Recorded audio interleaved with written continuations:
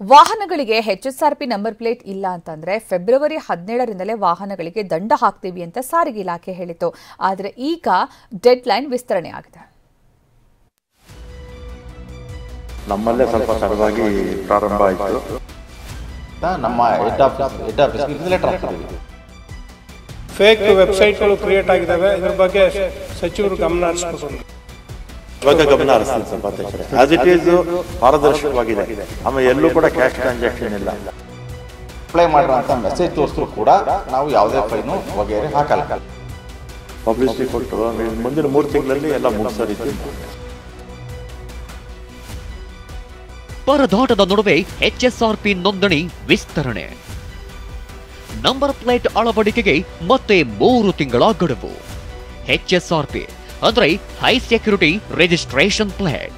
ವಾಹನಗಳ ಸುರಕ್ಷತೆಗಾಗಿ ಈ ಪ್ಲೇಟ್ ಅಳವಡಿಕೆಯನ್ನ ಕಡ್ಡಾಯ ಮಾಡಲಾಗಿದೆ. 2019ರ ಏಪ್ರಿಲ್ ಬಳಿಕ ಖರೀದಿ ಮಾಡಿರೋ ವಾಹನಗಳಿಗೆ ರಿಜಿಸ್ಟ್ರೇಷನ್ ವೇಳೆಯೇ HSRP ಪ್ಲೇಟ್ ಅಳವಡಿಸಲಾಗಿದೆ. ನಿಮ್ಮ ಉಬ್ಬಿದ ರಕ್ತನಾಳಗಳ ಸಮಸ್ಯೆಗೆ ಎವಿಸ್ ಆಸ್ಪತ್ರೆಯಲ್ಲಿ ಕೇವಲ 30 ನಿಮಿಷದ ಲೇಸರ್ ಚಿಕಿತ್ಸೆಯೊಂದಿಗೆ ಮುಕ್ತಿ ಹೊಂದಬಹುದು. ಹೆಚ್ಚಿನ ವಿವರಗಳಿಗಾಗಿ ಸಂಪರ್ಕಿಸಿ 8088837300. ಹೀಗಾಗಿ 2019ರ ಏಪ್ರಿಲ್ಗೂ ಮುನ್ನ ಖರೀದಿಸಿರೋ ಎಲ್ಲಾ ವಾಹನಗಳಿಗೂ ಅತಿ ಸುರಕ್ಷಿತ ನೋಂದಣಿ ಫಲಕ ಅಳವಡಿಕೆ ಕಡ್ಡಾಯವಾಗಿದೆ. ವಿಷಯ ಅಂದ್ರೆ ನಂಬರ್ ಪ್ಲೇಟ್ ಅಳವಡಿಕೆಗೆ ಫೆಬ್ರವರಿ 17ರ ಡೆಡ್ ಲೈನ್ ನೀಡಲಾಗಿತ್ತು. ಇನ್ನೆರಡು ದಿನ ಮಾತ್ರ ಬಾಕಿ ಇದ್ದು ಜಿಲ್ಲೆಗಳಲ್ಲೂ ಈ ಪ್ಲೇಟ್ ಅಳವಡಿಕೆ ಆಗಿಲ್ಲ. ಇನ್ನು 1.5 ಕೋಟಿಗೂ ಹೆಚ್ಚು ವಾಹನಗಳಿಗೆ ಈ ಪ್ಲೇಟ್ ಅಳವಡಿಕೆ ಆಗಬೇಕಿದೆ ಅಂತ ಕಾಂಗ್ರೆಸ್ನ ಪರಿಷತ್ ಸದಸ್ಯ ಮಧು ಮಾದೇಗೌಡ ಸದನದಲ್ಲಿ ಪ್ರಸ್ತಾಪಿಸಿದ್ರು. ನಾನು ಈ ನಂಬರ್ ಪ್ಲೇಟ್ ಅಳವಡಿಕೆಯನ್ನ ಗಡುವನ್ನು ವಿಸ್ತರಣೆ ಬಗ್ಗೆ ಕೇಳಿದ್ದೆ. ಅದು ಇನ್ನೂ ಪರಿಶೀಲನೆಯಲ್ಲಿದೆ ಅಂತ ಹೇಳಿದ್ದಾರೆ. ಈಗಾಗಲೇ 2 ಕೋಟಿಗೂ ಹೆಚ್ಚಿನ ವಾಹನಗಳು ಇವತ್ತು ರಸ್ತೆ ಮೇಲೆ ಇದ್ದಾವೆ. ಅವಕ್ಕೆಲ್ಲ ಈ ನಂಬರ್ ಪ್ಲೇಟ್ ಅಳವಡಿಕೆ ಮಾಡಬೇಕಾದ್ರೆ ತುಂಬ ಸಮಯ ಹಿಡಿತದೆ.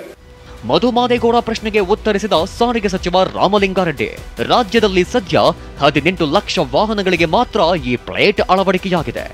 ಇನ್ನು 1,82,00,000 ವಾಹನಗಳಿಗೆ ಈ ಪ್ಲೇಟ್ ಅಳವಡಿಸಬೇಕಿದೆ. ಹೀಗಾಗಿ 3 ತಿಂಗಳವರೆಗೆ ಗಡುವು ವಿಸ್ತರಣೆ ಮಾಡ್ತೀವಿ ಅಂದ್ರು. ಅಧ್ಯಕ್ಷರೇ, ಈಗ ಲೇಟೆಸ್ಟ್ ಆಗಿ ಆಗಿರ್ತಕ್ಕಂಥದ್ದು 18 ಲಕ್ಷ ವಾಹನ ಮಾತ್ರ.